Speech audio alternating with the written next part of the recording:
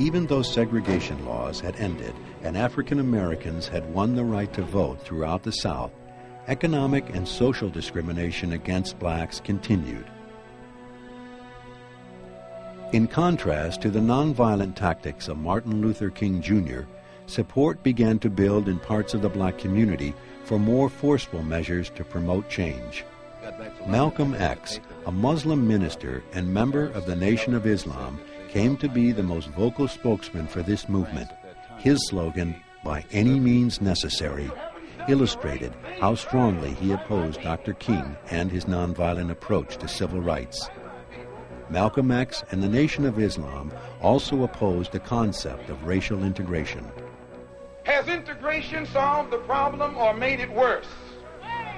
When you integrate a white community seeking better housing, history here during the past 10 years has proven that the whites cut out. They flee to the suburbs, and the community that you thought you were integrating soon becomes another all-black slum. Malcolm X was assassinated by rival members of the Nation of Islam on February 21, 1965.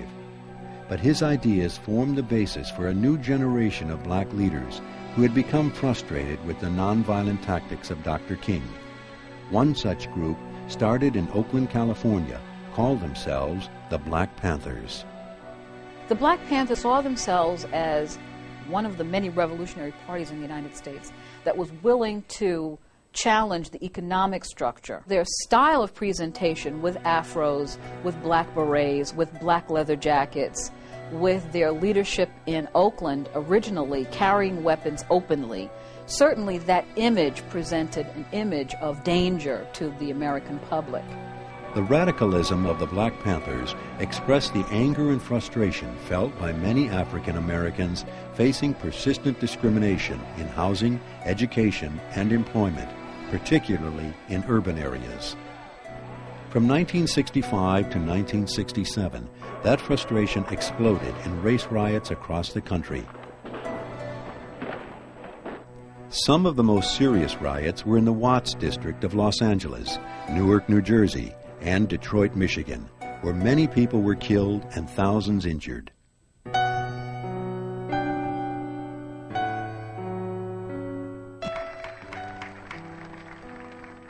On April 4, 1968, a devastating blow was dealt to the civil rights movement. Dr. Martin Luther King Jr. was assassinated by a sniper outside his motel room in Memphis, Tennessee. Police have issued an all-points bulletin for a well-dressed young white man seen running from the scene. Shock and outrage at King's murder sparked riots in more than 130 cities. My thanks to all of you, and now it's on to Chicago, and let's win there. A few months later, on June 5, 1968, presidential candidate and former Attorney General Robert Kennedy was murdered. His assassination came just after winning the California presidential primary with a campaign that pledged to bring the races together. The deaths of King and Kennedy in 1968 marked a dramatic loss of leadership for the civil rights movement. The African American struggle for justice, however, had lit a fire under other minorities who now began to push for their civil rights.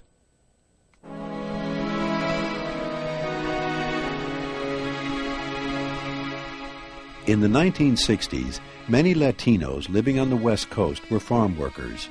Many farm owners exploited these workers by routinely ignoring state laws regarding working standards. In 1962, led by the dynamic Cesar Chavez, the National Farm Workers Association, NFWA, was formed to try and improve working conditions. Like Dr. King, Chavez employed nonviolent tactics to achieve his goals.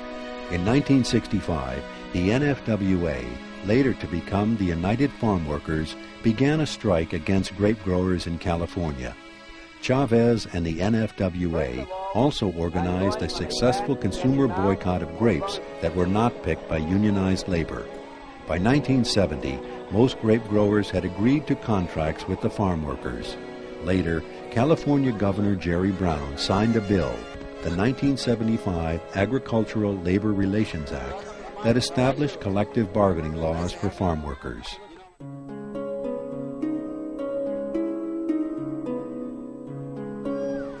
While the battle for civil rights has been fought by many groups of people, it is ironic that those native to America have been consistently denied opportunity here.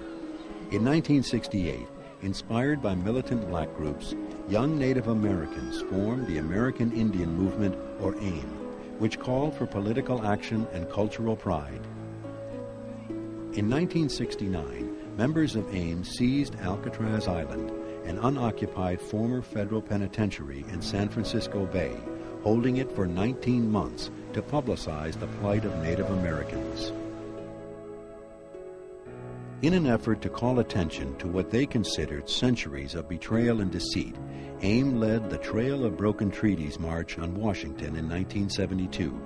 They demanded proper health care, housing, employment, economic development, and education for all Indian people.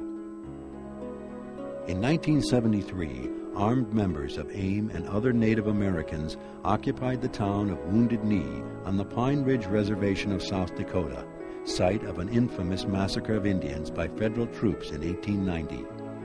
The intent was to publicize the terrible conditions in which the Sioux people lived. But events got out of control when the armed protesters clashed with FBI agents during the 71-day siege, and 2 AIM members were killed. The militant pressure did result in some minor change. The government returned 48,000 acres of sacred lands to the Taos Pueblo of New Mexico. The Nixon administration targeted minority aid programs for Native Americans living in cities, and Congress added money in the Indian Education Act of 1972.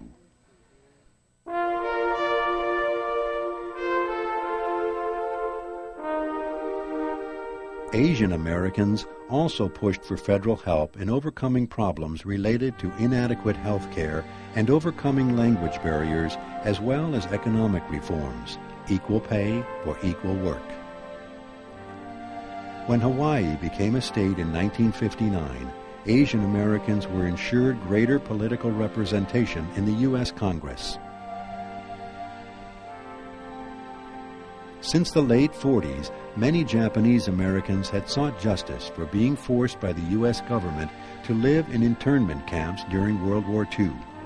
Although the government paid some monies under the Japanese American Evacuation Claims Act of 1948, it was not until 1988 that the United States government formally apologized and provided more substantial payments as compensation to the displaced Japanese Americans.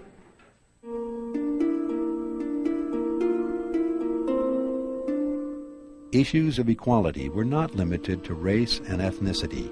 The movement for civil rights also had a major impact on women. Women joined the industrial workforce in great numbers during World War II, enjoying a new measure of economic independence and job satisfaction. But many left the workforce at the war's end as returning soldiers reclaimed their factory jobs. In 1963, Betty Friedan's book, The Feminine Mystique, pointed out the plight of the so-called housewife, verbalizing the dissatisfaction of many women. Passage of the 1964 Civil Rights Act, however, would help change that. Title VII of that law prohibits employment discrimination based on race, color, religion, sex, and national origin. By forbidding discrimination by gender, Title VII would become one of the cornerstones of the women's movement. In 1966, Friedan and 27 other women founded NOW, the National Organization for Women, to help achieve their goals. NOW's aim was to take action, to bring about equality for all women. Equal job opportunities, along with equal pay, were at the top of their list. NOW pointed out that for every dollar a man made, a woman made 59 cents for the same job. NOW also focused on the value of women's work inside the home. They popularized the slogan, "Every mother is a working mother." Using Title VII as leverage, women began entering the labor force in swelling numbers at nearly every level of employment. Women also began earning college degrees in rapidly increasing numbers. Nowadays, the entering classes of law school classes are about 50% women. And in medical schools, the entering classes at least, are 30 to 40% women. This is a big change from the 1960s in terms of the opportunities available to women. Now and other women's groups also work to secure reproductive freedom by calling for the repeal of existing anti-abortion laws.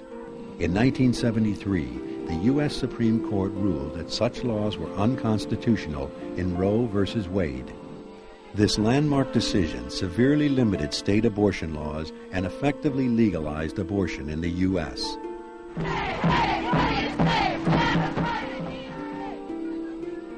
Many women participated in a campaign for an equal rights amendment to the Constitution, which stated that equality of rights under the law shall not be denied or abridged by the United States or any state on account of sex.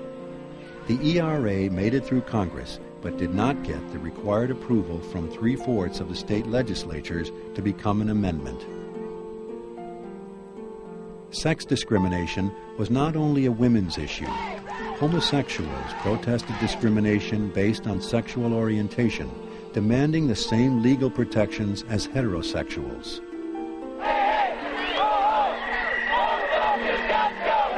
Although many activists have been effective in the fight to end discriminatory practices, gay rights remain a divisive social and political issue.